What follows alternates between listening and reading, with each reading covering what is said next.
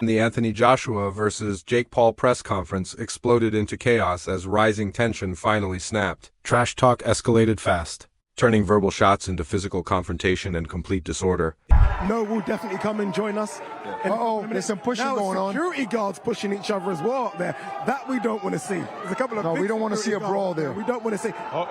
Hey. Anthony Joshua makes it clear he's not here for the hype or the circus around this fight. Everything about his words and demeanor shows this is strictly business. He insists there will be no favors, no holding back, and no treating this like an exhibition. For Joshua, this bout is about real competition, where experience, discipline, and raw power decide the outcome, not popularity or noise. His message suggests he feels the matchup is being taken too lightly, and he's determined to remind everyone why he operates on a completely different level inside the ring. If I'm going to be honest, I'm going to break his face, I'm going to break his body up, I'm going to stomp all over him. That's my mentality, right? That's a fighter's mentality, and I know what's in my heart, I know what's in my mind, and I'm here to compete. I'm here to prove myself that I'm the better fighter, so I'm looking forward to it. And the mood in the room changes instantly when Anthony Joshua sets a clear boundary on respect. The tension rises as the confidence in the air fades under his warning. Joshua makes it clear he won't accept any more disrespect from Jake Paul and that this is not a fight to be taken lightly. He draws a direct comparison to the Francis Ngannou fight, making it clear the consequences will be just as brutal. His delivery is calm, measured, and intentional, leaving no confusion about what he plans to bring on fight night. Carrying boxing on my back. I've done it with the Ngannou fight, and I'm going to do it again. I understand the expectation. I don't carry it because the expectation I have of myself is already enough, but I understand it, I acknowledge it, and I respect it. But that's about it as far as outside. Eddie Hearn steps forward to calm the fallout from the chaotic press conference and the growing tension around the fight. He states that Jake Paul fully understands the level of danger he's stepping into once the fight begins. Hearn explains that the situation has reached a point of no return. With huge financial commitments already locked in, backing out is no longer possible. He adds that Jake must now confront the reality of his choice and be ready to deal with the consequences of sharing the ring with Anthony Joshua. No, I mean, look, how ludicrous it is that they're fighting. Netflix have spent a lot of money, MVP have spent a lot of money, and Jake would look like a plonker if he pulled out the fight now after giving it the big one. And he knows that, and this fight's happening, you know, and that they think, look, one thing I'll say is this: if there was ever a good time to fight Anthony Joshua, it's probably now, right? Coming out of what will be 14 months of inactivity. By the way, he's also been in training camp for 4 weeks or 5 weeks, the time comes around. Despite repeated warnings, Jake Paul's confidence stays unshaken during the press conference. He continues to insist that he is the superior boxer in real terms, claiming Joshua's advantage exists only on paper through professional records. Jake presents himself as a fighter who is widely misunderstood, arguing that his true ability goes far beyond how the public views him. Whether seen as belief or arrogance, his mindset refuses to soften. Instead, it becomes more pronounced as he positions himself as rising above Joshua rather than chasing him. His comments make one thing clear: mentally, Jake does not view himself as the underdog, no matter the gap. And how has the approach in terms of strategy and preparation been for this fight? Because most of your fights, since you don't have as much of experience as your opponents, you've made up with youth and size. For this one, you know, you're fighting somebody that's prime, somebody that's bigger than you. So how has that change been? Yeah, on paper, the cards are stacked against me.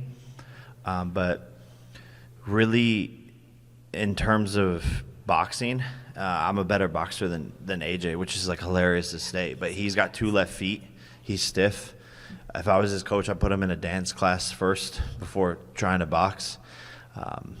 And really just bringing in the right sparring partners to help me prepare so that I can get looks that are similar to him, and that's really just been the strategy. But I'm just going to go in there. Information from Alexander Usyk's camp reveals key changes taking place behind the scenes for Anthony Joshua. The camp manager explained that following the Usyk fight, Joshua was advised to evolve his approach and grow as a fighter. Joshua accepted that feedback. Spoke about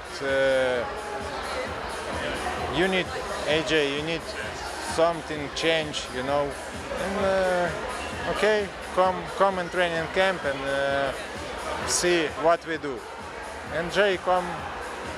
Now we're here in supper. Joshua's weight change has become a major focus as fight night approaches. For the first time in his career, he has had to manage his weight differently, adjusting his body without sacrificing strength. Sources inside the camp say he still looks calm, solid, and explosive after making weight. Analyst Wade stresses that Joshua's knockout power hasn't disappeared and remains a serious problem for Jake Paul. The adjustment appears to have refined Joshua rather than weakened him. Recent training clips support that belief, showing his punches still landing with force and authority. Observers point out that while his conditioning has evolved, his power is fully intact. The team believes the lighter setup has improved his movement while preserving strength, creating a dangerous combination. For Jake Paul, the threat isn't only Joshua's power, but how efficiently and cleanly he can now deliver it with elite experience behind every punch. I think this was a miscalculation from Jake's team. I think that their best chance was having AJ be a bit more stagnant and not being able to move as fluidly and as well, so that Jake could be a bit faster, so that he could be a bit more elusive, and that AJ would have a harder time tracking him. Not to say that, you know, at a certain point he wouldn't get him, but that would be the idea. The bigger, way slower AJ at like 260 or whatever, 255 plus. What Jake is saying, though, doesn't make any sense to me. When he's like, oh, I think it was a miscalculation for them to agree, I assume is what he means, for AJ to get to 245 so that he's lighter, all that, I think it was a miscalculation. That's a disadvantage to AJ's power somehow. AJ's not stripping away muscle to get to 245. He's just not as bulky, heavy as he normally would be. And AJ has fought at this weight before in the Usyk fights, as Jake pointed out. And this is not something that took away from AJ's power. The reason he didn't beat Usyk wasn't because he didn't have power. Usyk was just better. Point blank period. He's the best in the world. Jake is not Usyk. Jake can take bits and pieces of Alexander Usyk, but he's not that.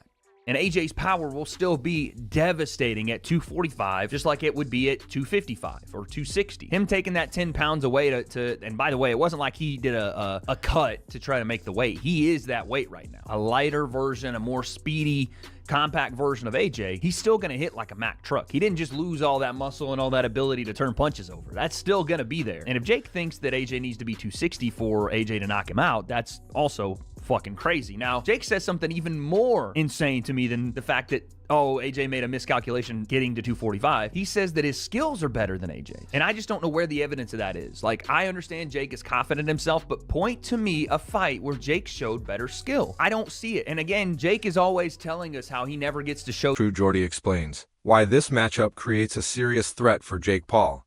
He points out that Jake spent a long time preparing for a much smaller opponent like Gervonta Davis, shifting focus to Anthony Joshua only weeks before the fight demands a complete reset. Joshua is taller, heavier, and far more physically imposing, which changes every part of the game plan. Footwork must be reworked, timing adjusted, defense reinforced, and conditioning pushed to a different level. The analysis highlights just how extreme the size gap really is. Facing a larger heavyweight isn't only about taking harder shots, but about dealing with constant pressure and physical control. Joshua can use his frame to slow Jake down, limit his movement, and reduce scoring opportunities. Rebuilding an entire strategy so close to fight night raises real concerns about whether Paul can fully adapt in time. Proven literally millions of people wrong. Just to get to that level, just to show that bravery, fair fucks to Jake Paul. Now let's get real. Now it's time to get really serious, because this is worrying, this. I think the way that he has gone about this fight, it's just wrong. The fact that he was training for Tank Davis a matter of weeks beforehand, who's a literal midget. Sorry, little person. I don't want to. And then you go from that to fighting one of the biggest, strongest, hard-hitting heavyweights in world boxing. It smacks of, I am not prepared for this, and I'm just fucking rolling the dice. And I admire it, the courage, but like, if you're gonna do this, you have to take it as seriously as a man like Anthony Joshua deserves to be taken. And a couple of weeks of sparring, you know, a few heavyweights, that ain't serious enough for me. I've interviewed Tom Aspinall. He exclusively trains with heavyweights because he's in the heavyweight division year round. And he says heavyweight fighting, it's a different sport almost, because the consequences of making a mistake are so much more diabolical that you have to train differently. And a quick turnaround like this, I mean, like, yeah, fuck it, I'll take AJ. If I was his advisors, I'd be like, look, if you insist on fucking doing this nonsense, because this is crazy, we're gonna take a good 6 to 12 months solid training with heavyweights. We're gonna fucking make sure that you are strong. You can't pivot from fighting a 135 pounder to a 245 pounder. My God, to 110 pound difference or something. You can't just pivot quickly like that. This needs to be systematic. We need to prepare. And the people around him, by just allowing him to just take this so quickly, obviously Jake Paul brings in a lot of money for everyone who's associated with him. I just can't think they're giving him good advice. And unfortunately, you know, when you're in the situation where you're the money man, backslap as an arse kisser